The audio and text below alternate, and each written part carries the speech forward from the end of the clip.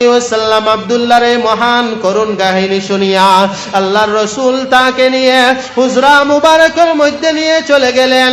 হুজরা মুবারকের মধ্যে নিয়ে উনার শরীর থেকে আল্লাহর রাসূলের শরীর থেকে 2 টুকরা কাপড় আব্দুল্লাহকে দিয়ে দিলেন। সুবহানাল্লাহ। হযরতে আব্দুল্লাহ রাদিয়াল্লাহু তাআলা নূরকে ওনার শরীর থেকে সুন্দর 2টা কাপড় আল্লাহর রাসূল দিয়ে দিলেন। দেওয়ার পর আব্দুল্লাহ রাদিয়াল্লাহু তাআলা আনহুর নামের সঙ্গে টাইটেল লেগে গেল আব্দুল্লাহ জুল বাদাদাইন। আল্লাহর রাসূল সাল্লাল্লাহু আলাইহি ওয়াসাল্লাম হযরতে আব্দুল্লাহর এই করুণ কাহিনী শোনার পর আব্দুল্লাহর রাসূলের চোখের মধ্যে পানি বের হয়ে গেল।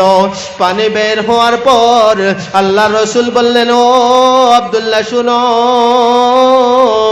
তোমার কি মনের মধ্যে কোনো আশা তামান্না আছে কি? আল্লাহর রাসূলকে বললেন, ইয়া রাসূলুল্লাহ, ইয়া হাবিবাল্লাহ, আপনি আল্লাহর কাছে দোয়া করেন মহান আল্লাহ যেন আমার শাহাদাতের তামান্না কবুল করেন। আমি শাহাদাত বরণ করতে চাই।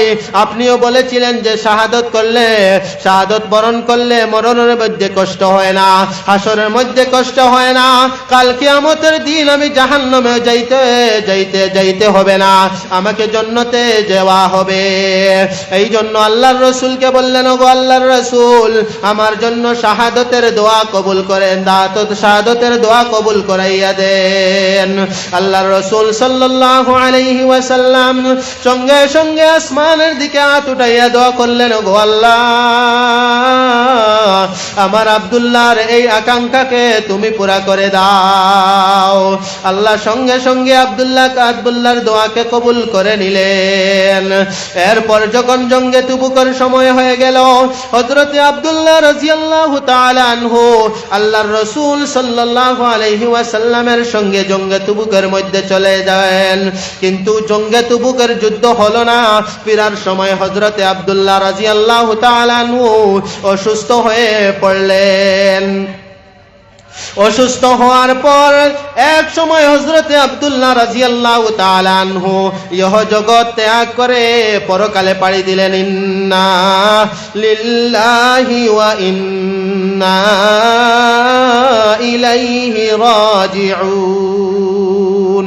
হযরতে আব্দুল্লাহ রাদিয়াল্লাহু তাআলা আনহু ইন্তেকাল করে ইহ জগৎ থেকে পরকালে চলে গেলেন।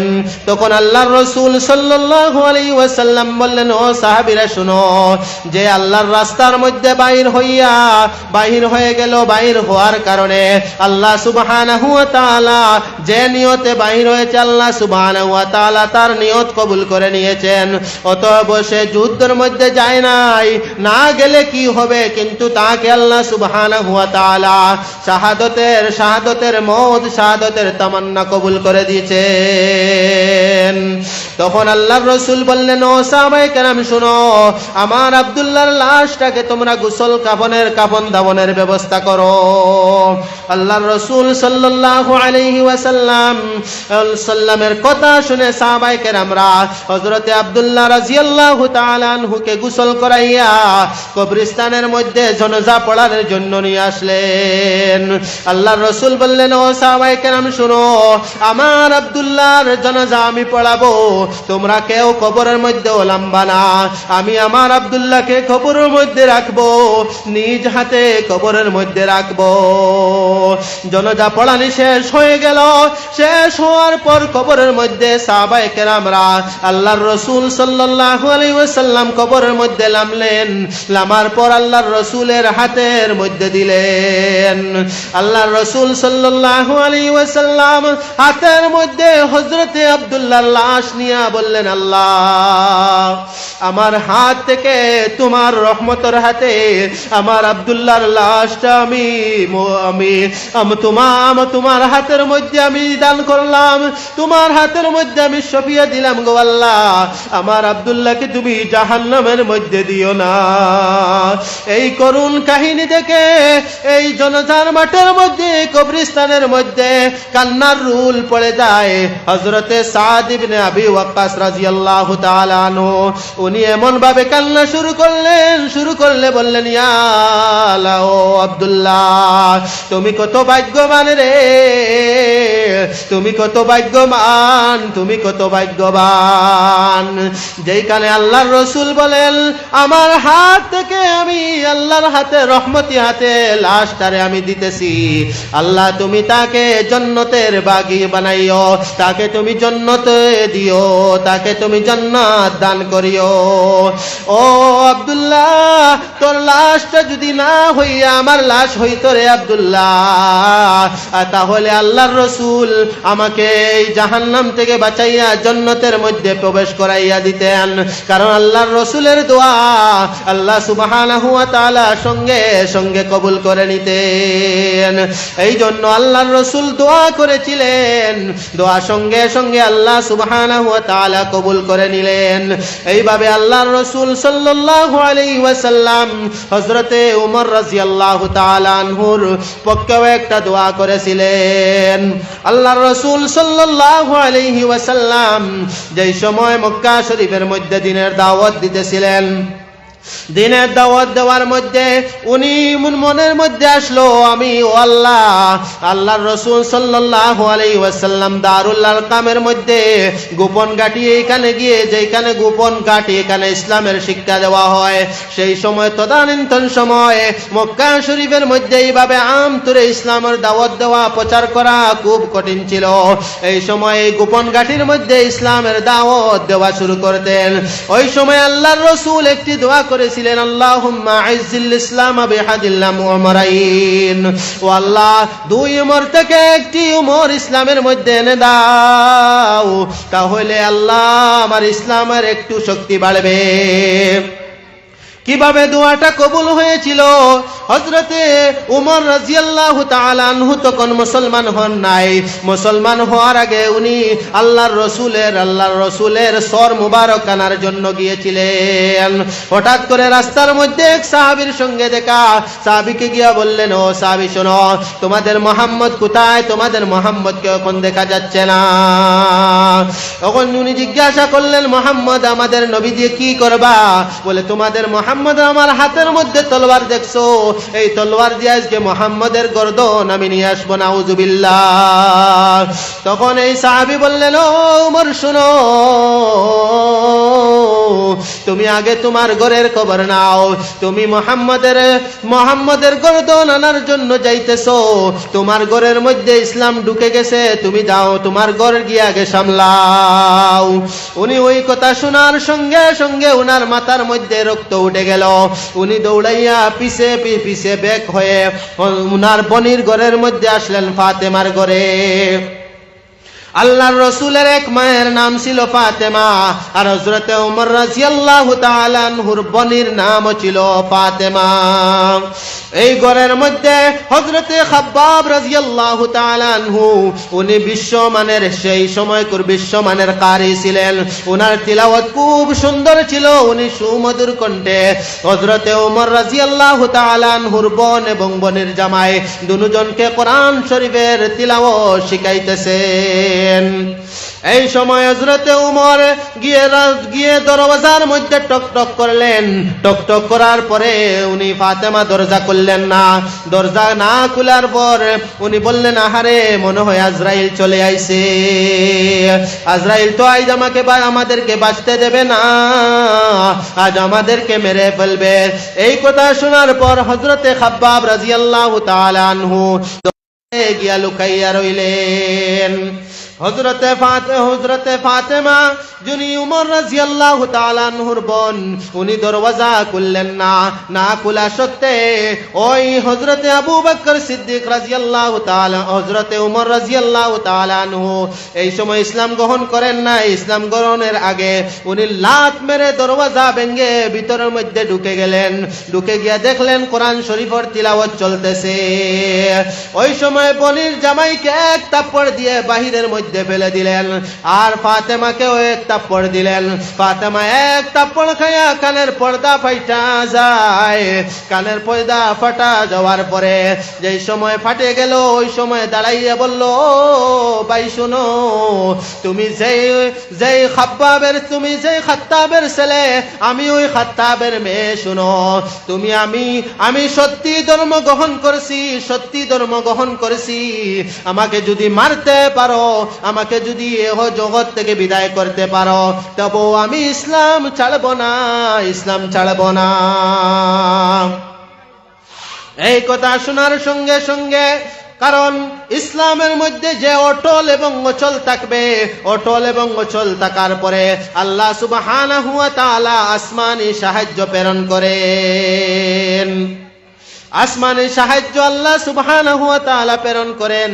যারা ইসলামের বিরুদ্ধে থাকে তাদের মনের মধ্যে ডর ঢুকাইয়া দেন।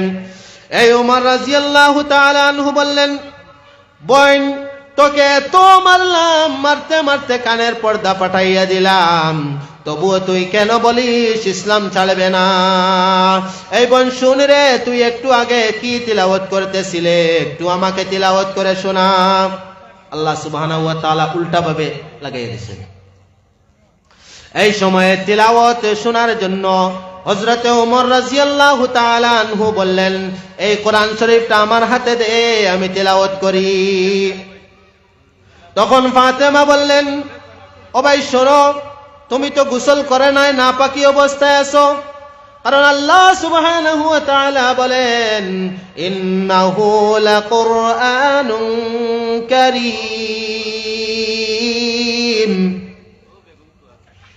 ফি কিতাবিম মাকনুন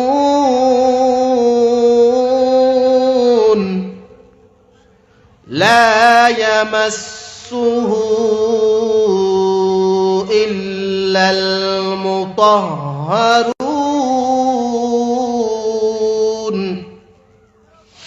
উনি এই কোরআনে কারীমের আয়াত তিলাওয়াত করে হযরতে ওমরকে বুঝাইয়া দিলেন, ও ভাই শোনো, তুমি নাপাকি অবস্থায় আছো, কোরআনকে তুমি স্পর্শ করতে পারবা না। কারণ এই পবিত্র কোরআনকে তুমি স্পর্শ করতে হলে আগে গোসল করতে হবে, উযু করতে হবে, এরপর তুমি এই কোরআনকে স্পর্শ করবা। এই কথা শোনার সঙ্গে সঙ্গে হযরতে ওমর রাদিয়াল্লাহু তাআলা আনহু গোসল করে আসলেন।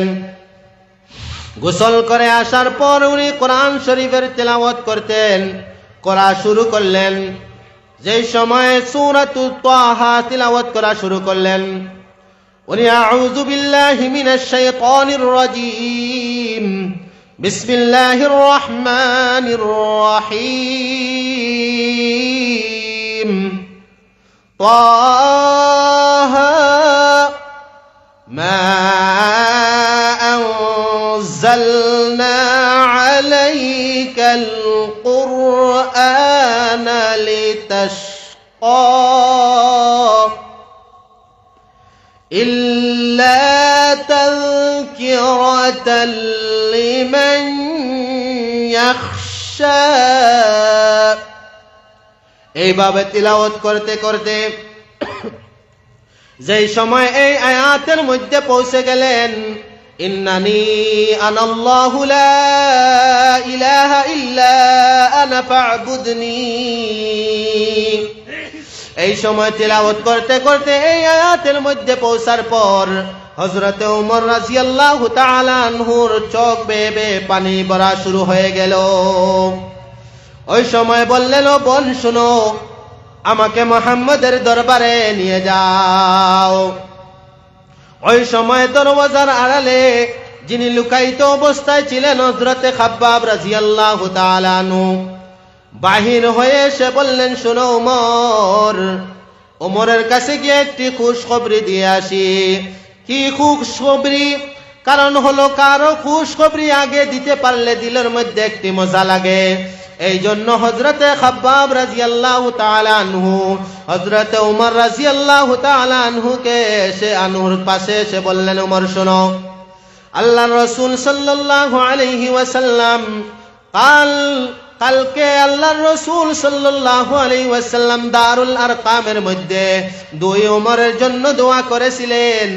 এক ওমর হলো ওমর ইবনুল খাত্তাব আর এক ওমর হলো ওমর ইবনুল হিশাম, যাকে আমরা আবু জেহেল মনে করি, যার নাম আবু জেহেল। এই দুই ওমর খুব শক্তিশালী ছিলেন, এই জন্য আমার মনে হয় আল্লাহর রাসূলের দোয়া আপনার বেলায় কবুল হয়ে গেছে। আল্লাহর রাসূল সাল্লাল্লাহু আলাইহি ওয়াসাল্লামের দোয়া আপনার বেলায় কবুল হয়ে গেছে মনে হয়। এই খুশখবরিটা দেওয়ার জন্য আমি দরওয়াজার আড়াল থেকে বাইর হয়েছি, আর আমি তাদেরকে কোরআন শরীফ তিলাওয়াত করাইতেছিলাম। হযরতে ওমর রাদিয়াল্লাহু তাআলা আনহু আল্লাহর রাসূল সাল্লাল্লাহু আলাইহি ওয়াসাল্লামের কাছে গিয়ে বললেন, ইয়া রাসূলুল্লাহ, ইয়া হাবিবাল্লাহ, আমাকে কলিমা পড়াইয়া মুসলমান বানাইয়া দেন। সঙ্গে সঙ্গে আল্লাহর রাসূল সাল্লাল্লাহু আলাইহি ওয়াসাল্লাম বললেন, ও ওমর, তুমি বলো আশহাদু আল্লা ইলাহা ইল্লাল্লাহু ওয়া আশহাদু আন্না মুহাম্মাদান আবদুহু ওয়া রাসূলুহু। সঙ্গে সঙ্গে হযরতে ওমর রাদিয়াল্লাহু তাআলা আনহু কলিমা পড়িয়া মুসলমান হয়ে গেলেন। এই জন্য আল্লাহর রাসূল যেভাবে দোয়া কবুল, আল্লাহর রাসূল যে দোয়া করেন সেই দোয়াও আল্লাহ সুবহানাহু ওয়া তাআলা কবুল করে নেন। আবার অন্যদিকে আল্লাহর রাসূল সাল্লাল্লাহু আলাইহি ওয়াসাল্লাম যদি কোনো বদদোয়া করেন সঙ্গে সঙ্গে আল্লাহ কবুল করে নেন। তখন আল্লাহর রাসূল সাল্লাল্লাহু আলাইহি ওয়াসাল্লামের জামা মুবারক, এই উতবা এবং উতাইবা দুইটি ছেলে, আবু লাহাবের দুই ছেলে আল্লাহর রাসূলের জামা মুবারক পর্যন্ত ছিঁড়ে ফেলল। আল্লাহকে গালি দিল, ওনার দুই মেয়েকে গালি দিল। গালি দেওয়ার পর আল্লাহর রাসূল সাল্লাল্লাহু আলাইহি ওয়াসাল্লাম আল্লাহকে বললেন, প্রভু, আমার মেয়েকে তালাক দে, এই জন্য আমি কষ্ট পাই না। আমার জামা ছিলেছে এই জন্য আমি কষ্ট পাই না, কিন্তু আমার সামনে কত বড় নিমক হারাম আপনাকে গালি দে, আমি সহ্য করতে পারি না। আল্লাহর রাসূল সাল্লাল্লাহু আলাইহি ওয়াসাল্লাম সঙ্গে সঙ্গে একটি বদদোয়া করে দিলেন। বদদোয়া করে বললেন, ও আল্লাহ, তোমার কুকুর সমূহ থেকে একটি কুকুর এই দুই ছেলের জন্য কবুল করে নাও। আল্লাহ সুবহানাহু ওয়া তাআলা সঙ্গে সঙ্গে এই বদদোয়াও কবুল করে নিলেন। ওই সময় এই উতবা এই সময় সিরিয়ার মধ্যে ব্যবসার উদ্দেশ্যে যাইতেছিল। এই সিরিয়ার মধ্যে ব্যবসার উদ্দেশ্যে যাবার সময়, ব্যবসার উদ্দেশ্যে যে সময় যাওয়ার সময় ফিরার সময় একটি পাহাড়ের মধ্যে তাবু গাড়িয়া ওইখানের মধ্যে রাত্রি হয়ে যায়। কারণ সেই সময় আমাদের বর্তমান জমানার মধ্যে গাড়ি জাহাজ ইত্যাদি ছিল না।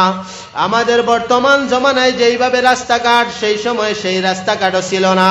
উটের পিঠে করে মাল এক জায়গা থেকে অন্য জায়গার মধ্যে তারা নিত, এবং উটের গাড়ি, গরুর গাড়ি, এই সমস্ত গাড়ি দিয়ে আসা যাওয়া করত। এই সময় উট সব নিয়ে যাইতেছে, উটের পিঠে মাল সামানা বুঝাই করিয়া আসতেছে। আসার সময় যেই সময় রাত হয়ে গেল, গভীর রাত হয়ে গেল, এক পাহাড়ের মধ্যে, পাহাড়ের চূড়ার মধ্যে একটি তাবু গাড়িয়া তারা মনে মনে মনস্থ করলো, এই জায়গার মধ্যে আমরা এই রাত্রিটা অতিবাহিত করব। এই সময় দেখে পাহাড়ের উপর দিয়া একটি বাঘ কিভাবে এক অবনীত দৃষ্টি দিয়া এই বাঘ এই উতবার দিকে, আবু লাহাবের ছেলের দিকে চাইতেছে। সঙ্গে সঙ্গে উতবা বলল, ও আমার সাথীরা শুনো, মনে হয় মুহাম্মাদের দোয়া, মুহাম্মাদের বদদোয়া আমার বেলায় কবুল হয়ে গেছে। এই বাঘ যেভাবে আমার দিকে তাকাইতেছে, মনে হয় আমি আর আজকে বাঁচব না। সঙ্গে সঙ্গে সবাই বলল, নেতার ছেলে, আপনিও আমাদের নেতা, আপনাকে পাহারার দায়িত্ব আমরা নিলাম, আপনাকে পাহারা দিব আমরা, আপনাকে বাঁচাইব আমরা। কারণ আল্লাহ যাকে মারেন সে কোনোদিন বাঁচতে পারে না, আর আল্লাহ যাকে বাঁচান সে কোনোদিন মরতেও পারে না। আল্লাহর রাসূল বদদুয়া করে দিলেন। বদদুয়া কিভাবে কবুল হয়ে গেল? এই সময় আসার সময় এই বাঘটা এমন ভাবে চাইতেছে কুদৃষ্টি দিয়ে, মনে হয় এই বাঘটা কিছুক্ষণ পরে তার উপরে আক্রমণ করবে। এই দৃশ্য দেখে সবাই বলল, আপনি আমাদের নেতার ছেলে, আপনাকে আমরা বাঁচাবো, আমাদেরকে আগে খেয়ে ফেলার পর আপনাকে খাবে। সবাই যখন রাত হলো, এই আবু লাহাবের ছেলেকে সবাই বস্তার উপরে রাখলো, আর সবাই বেষ্টন করে, চারিদিকে বেষ্টন করে, এই তারা যেন এই বাঘ এই আবু লাহাবের ছেলেকে যেন কোনো আক্রমণ না করতে পারে, এইভাবে তারা শুয়ে থাকলো। যখন গভীর রাত হয়ে গেল, সবাই নাক ডাকায় ঘুমের মধ্যে চলে গেল। ঘুমের মধ্যে যাওয়ার পর এই বাঘ বলল মনে মনে, আহারে, এখন তো আমার যাওয়ার সময় হয়েছে। যাওয়ার আগে আল্লাহ বলে দিলেন, ও বাঘ শোনো, তুমি উল্টা পাল্টা কাউকে তুমি আক্রমণ করবা না, তুমি আসামি যে তাকে তুমি আক্রমণ করবা। এই সময় হযরত জিবরাইল আলাইহিস সালাম এসে এই আবু লাহাবের ছেলের একটা সেন্ট, শরীরের যে গামের সেন্ট, এই সেন্টটা বাঘের নাকের মধ্যে লাগাইয়া দিলেন।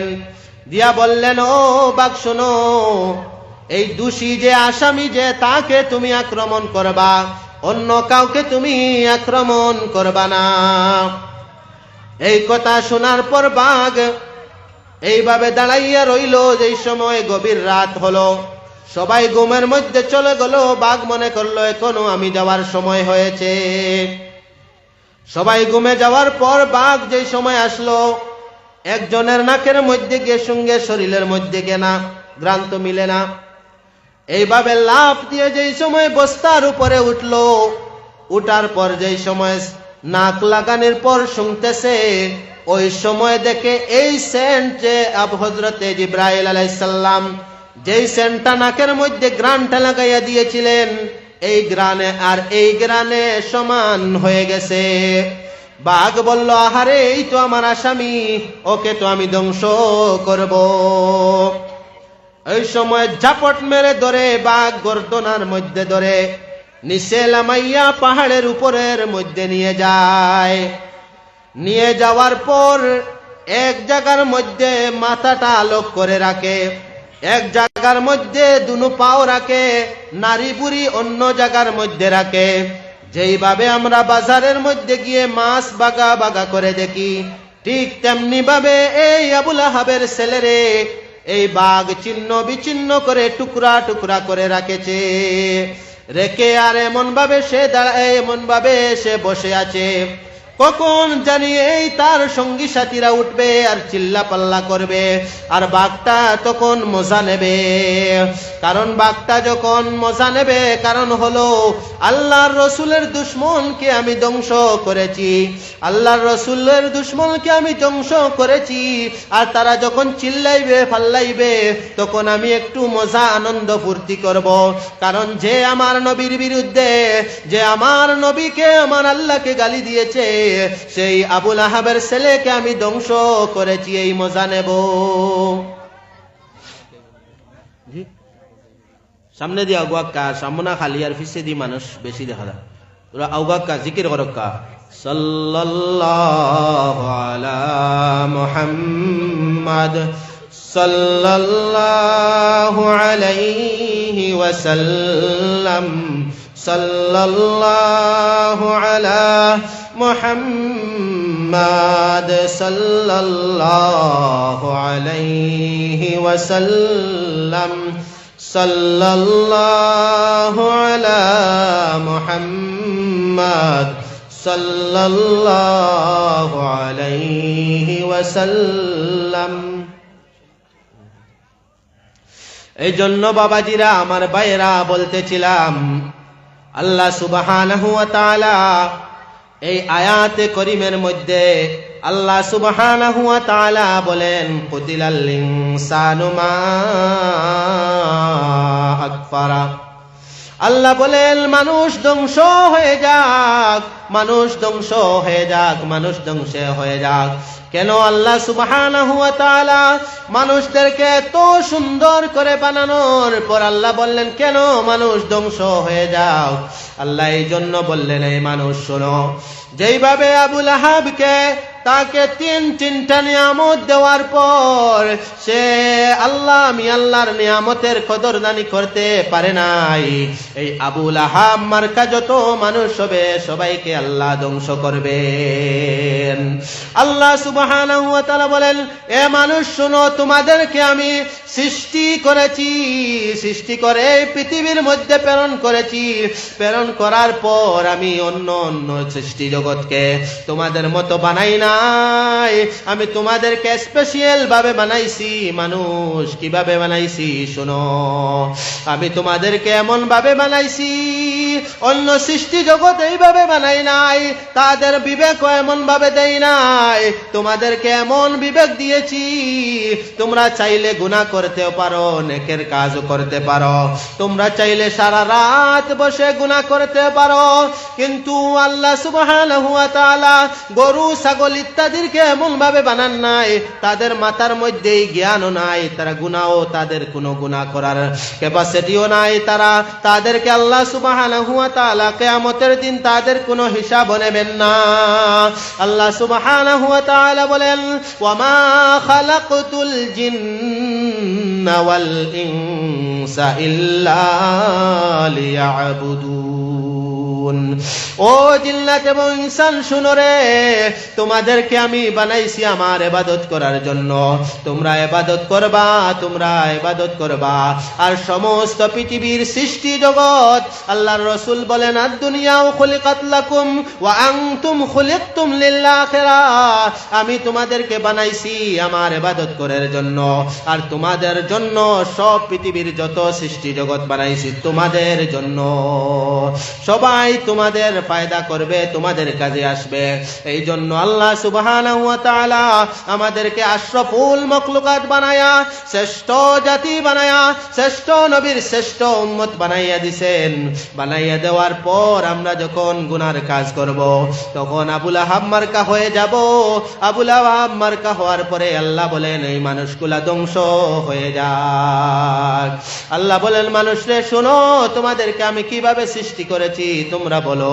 আল্লাহ বলেন, মিন আইয়ি শাইইন খালাকা, তোমাদেরকে আমি কিভাবে বানাইছি শোনো, তোমরা কি বলতে পারবা? আল্লাহ আমাদেরকে প্রশ্ন করেন, তোমাদেরকে কি দিয়ে আমি বানাইছি? আল্লাহ সুবহানাহু ওয়া তাআলা এই প্রশ্নের জবাব আমরা দিতে পারি নাই। সঙ্গে সঙ্গে আল্লাহ সুবহানাহু ওয়া তাআলা বলেন, মিন নুতফা, আমি তোমাদেরকে নাপাক পানির দ্বারা বানাইছি, এমন গৃহীত পানি। এই পানি যে সময় আমাদের শরীর থেকে বাইর হয়ে যায়, গোসল করা ফরজ হয়ে যায়, এই গৃহীত পানির দিয়া আল্লাহ সুবহানাহু ওয়া তাআলা আমাদেরকে বানাইছেন। বানানোর পরে আমরা শ্রেষ্ঠ জাতি বানাইয়া আবার আল্লাহ সুবহানাহু ওয়া তাআলা বানাইছেন। এই জন্য আল্লাহ সুবহানাহু ওয়া তাআলা আরো বলেন, মিন আইয়ি শাইইন খালাকাহু মিন নুতফা, মিন আইয়ি শাইইন খালাকাহু মিন আইয়ি শাইইন খালাকা মিন নুতফাতিন খালাকাহু ফাকাদ্দারা। আল্লাহ বলেন, তোমাদেরকে এমন ভাবে সৃষ্টি করেছি। কাদ্দারা ইউকাদ্দারু, এই শব্দের ব্যাখ্যার মধ্যে দুইটা ব্যাখ্যা করেন। একটা ব্যাখ্যা হলো, মানুষ শোনো, তোমাদেরকে আমি এমন ভাবে বানাইছি, অন্য সৃষ্টি জগৎ আমি এইভাবে বানাই না, তোমাদেরকে আমি এইভাবে বানাইছি। যখন তোমরা যেই সময় সেলুনের মধ্যে যাইবা, এই দিকে টানলেও যাইব মাথা, এই দিকে টানলেও মাথা যাইব, পিছনে টানলেও মাথা যায়, সামনের দিকেও মাথা যায়। আবার যেই সময় মাথার মধ্যে বস্তা লইবা, সেই সময় মাথাটা রড থেকে আরো শক্তভাবে বানাইয়া বা হয়ে যায়। এই জন্য আল্লাহ সুবহানাহু ওয়া তাআলা আমাদেরকে স্পেশাল কোয়ালিটি দিয়া বানাইছেন। আর গরু ছাগল অন্য জাতকে এইভাবে বানান নাই, কারণ তাদের পাও যেটা আছে, তাদের ঠ্যাং যেটা আছে, এই পাওটা তারা বেকা করিয়া তারা এইভাবে পাও বসিয়া তারা পেশাব করা তাদের জন্য সম্ভব না। আমরা চাইলে চাইলে আমরা পাও দিগকে বাঙ্গিয়া বসিয়া পেশাব করতে পারি। যে সময় আল্লাহ সুবহানাহু ওয়া তাআলা আমাদের উয়াইয়া যখন দাঁড়াইয়া পেশাব করি, আল্লাহ সুবহানাহু ওয়া তাআলা তখন নারাজ হয়ে যান। নারাজ হইয়া বলেন, ও মানুষ, তোমাদেরকে এমন ভাবে বানাইছি, বানানোর পর তোমরা তোমরা বসে বসে পেশাব করার ক্যাপাসিটিও দেওয়ার পর তোমরা দাঁড়াইয়া পেশাব করো। মানুষ রে, মানুষগুলা তোমরা ধ্বংস হয়ে যাইবা, তোমরা ধ্বংস হয়ে যাইবা। আরেকটা ব্যাখ্যা লেখেন, কাদ্দারা ইউকাদ্দিরু বললে, এই শব্দের ব্যাখ্যা বলেন, ও মানুষ, তুমি পৃথিবীর মধ্যে আসার পর তুমি এত হতাশ হইও না, এত হতাশ হইও না, এত পাগল হইও না ধন সম্পদ অর্জন করার জন্য। কারণ ধন সম্পদ অর্জন করার জন্য এত পাগল হইও না। তোমার তকদিরের মধ্যে যে ধন সম্পদ আল্লাহ সুবহানাহু ওয়া তাআলা লিখেছেন, এই ধন সম্পদ তুমি আল্লাহ সুবহানাহু ওয়া তাআলার ইবাদত করে করে যাও। আর তুমি ধন সম্পদের এত পিছে লাগিও না। তুমি ধন সম্পদ অর্জন করার মধ্যে, রুজি করার মধ্যে থাকো আর আল্লাহর ইবাদত করো। একদিন তোমাকে আল্লাহ সুবহানাহু ওয়া তাআলা অনেক টাকা পয়সার মালিক বানাইয়া দিবেন। আপনি হতাশ হয়ে লাভ নাই। সুদে ঘুষে খাইবার কোনো দরকার নাই। আপনি ঘুষ খাইবারও দরকার নাই, সুদ খাইবারও দরকার নাই। আপনি আল্লাহর ইবাদত করেন সৎ পথে, সৎ পথে ইবাদত করে সৎ পথে অর্জন করেন। আল্লাহ সুবহানাহু আপনাকে আমাকে ধন সম্পদের মালিক বানাইয়া দিবেন। এই জন্য আমার ভাইয়েরা, আমার বাবাজিরা, আমরা আজ থেকে আমরা গুনার কাজ করব না, সুদ খাবো না, ঘুষ খাবো না। আমরা যদি সুদ খাই, ঘুষ খাই, গুনার কাজে লিপ্ত থাকি, আল্লাহ সুবহানাহু ওয়া তাআলা বলেছেন, কুতিলাল ইনসানু মা আকফারা, এই মানুষগুলা ধ্বংস হয়ে যাক। আমরা যদি এইভাবে করি, এইভাবে গুনার কাজ করি, আল্লাহ বলেন, ও মানুষ, তোমরা ধ্বংস হয়ে যাইবা। অতএব আমি আপনাদের সবার কাছে হাত জোড় করে আপনাদের পায়ে ধরে বললাম, অনুরোধ করে যাই, আমার ভাইয়েরা, আমার বাবাজিরা, আমরা আজ আল্লাহর কাছে হাত তুলে ওয়াদা করব, ও আল্লাহ, দুনিয়ার জমিনে আমরা যতদিন থাকবো কোনদিন আমরা গুনার কাজ করব না, নামাজ ছাড়বো না, রোজা ছাড়বো না, সুদ খাবো না, ঘুষ খাবো না, জিনার মধ্যে লিপ্ত থাকবো না। আমরা হাত তুলে আল্লাহর কাছে বলি, আমরা সবাই হাত তুলে বলি, আল্লাহ, সবাই হাত উঠান, সবাই হাত উঠাই আল্লাহর কাছে বলেন, আল্লাহ, আমরা যত গুনাহ করেছি আমাদের গুনাহ মাফ করে দাও। আজ থেকে আমরা আর কোনো গুনাহ করব না, সুদ খাবো না, ঘুষ খাবো না, আমরা গুনার কাজে লিপ্ত থাকবো না। ও আল্লাহ, এই খামরাঙ্গা দারুস সুন্নাহ মুহাম্মাদিয়া মাদ্রাসার প্রোগ্রামের মধ্যে আমার ভাইয়েরা, আমার বাবাজিরা হাত তুলে আপনার কাছে ভিক্ষা প্রার্থনা মাংতেছে, বলতেছে, ওয়াদা করতেছে, আল্লাহ আর কোনদিন গুনার কাজ করবে না। আমাদের হাতকে আল্লাহ সুবহানাহু ওয়া তাআলা কবুল করলেন। সকলে বলেন আমিন। নারায়ে তাকবীর, নারায়ে তাকবীর। মকবুলিয়ত কামরাঙ্গা দারুস সুন্নাহ মুহাম্মাদিয়া মাদ্রাসা, কামরাঙ্গা দারুস সুন্নাহ মুহাম্মাদিয়া মাদ্রাসা। আল্লাহ সুবহানাহু ওয়া তাআলা এই মাদ্রাসাকে কিয়ামত পর্যন্ত জারি রাখেন। সকলে বলেন আমিন। আমরা এই মাদ্রাসার কাজে আমরা সব সময় আগাইয়া থাকবো তো ইনশাআল্লাহ। এই মাদ্রাসার কাজ হবে, এই জন্য আমি আমাদেরকে সবাই আল্লাহ সুবহানাহু ওয়া তাআলা সবাইকে ধন সম্পদ দান করেছেন। এই ধন সম্পদের কিছু অংশ আমরা সদকা করে যাই। যদি সদকা না করি, আল্লাহ বলেন, কুতিলাল ইনসানু মা আকফারা, আমরা ধ্বংস হয়ে যাব। এই জন্য আমাদের এই মাহফিলের মধ্যে অনেক মানুষ আছেন, সবাইকে আমি বলবো, আমরা সবাই আমাদের যে যার পরিমাণ আমাদের সম্পদ আছে, এর থেকে আমরা কিছু সম্পদ এই মাদ্রাসার মধ্যে দান করি। যদি মাদ্রাসার মধ্যে দান করি, কালকে আমাদের দিন যেই সময় আমাদের নেকির পাল্লা যে সময় হালকা হয়ে যাবে, আল্লাহ সুবহানাহু ওয়া তাআলা বলবেন, ফেরেশতারে শুনো, আমার বান্দা কোন জায়গার মধ্যে কোন সদকা করেছে, সদকাটুকে নেকির পাল্লায় উঠাইয়া বাড়ি করিয়া তাকে জান্নাত দান করে দাও। এই জন্য আমি আমাদের বড় বড় প্রধান অতিথি, বিশেষ অতিথি ওনারা আসবেন, ওনার কাছে বড় বড় দিবেন। আমি বেশি চাইব না, 1000 টাকা অন্তত পক্ষে 10 জন বাইরেইবেন, বাইরেইয়া বললে আমাকে আল্লাহ সুবহানাহু ওয়া তাআলা ধন সম্পদ দান করেছেন। আমি এই ধন সম্পদের কিছু থেকে আমি একটি অংশ আমি এই মাদ্রাসার মধ্যে দান করব। আমি এই আবুল আহাবের দলের মধ্যে যাব না, আবুল আহাবের সঙ্গে আমি জাহান্নামে যাইতে পারবো না। আমি এই মাদ্রাসার মধ্যে দিয়ে আমার নবীর সাহাবী, আমার নবীর সঙ্গে কাল কিয়ামতের দিন আমি জান্নাতে যাইতে চাই। এই জন্য আমি সর্বপ্রথম আমি একজন আল্লাহর বান্দাকে দেখতে চাই, সে দাঁড়াইয়া বলবে এই মাদ্রাসার জন্য আমি 1000 টাকা দিব।